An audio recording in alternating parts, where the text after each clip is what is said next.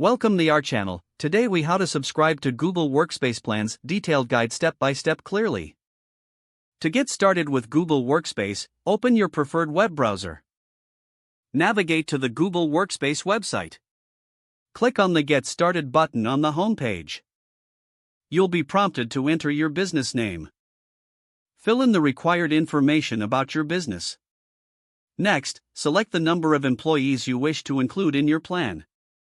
Indicate if you are signing up for personal use or for a business. Provide your contact information, including your first and last name. Enter your business email address or choose to create a new one. On the next screen, create a strong password for your account. Review your choices, then click on Agree and Continue. You may need to verify your domain or purchase a new one. Follow the provided instructions to complete the domain verification process.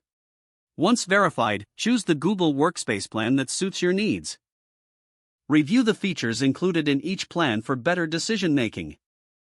Select a billing cycle that works best for your finances. Enter your payment information when prompted. Confirm all details of your subscription before finalizing your purchase. Click on Start Free Trial to activate your chosen plan. You can now access the Google Workspace dashboard.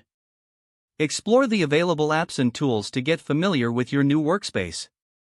If the page does not load, refresh the browser or try again in a private or incognito window. Make sure you are using the correct email address, then retype it carefully to avoid small typos.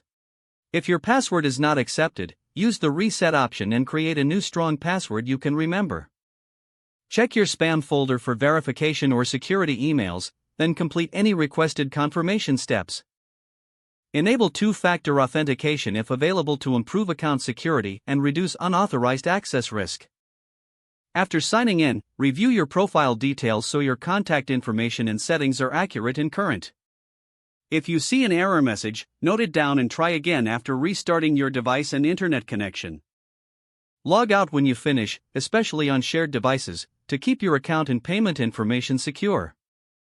Don't forget to like this video and subscribe to our channel for more step-by-step tech guides.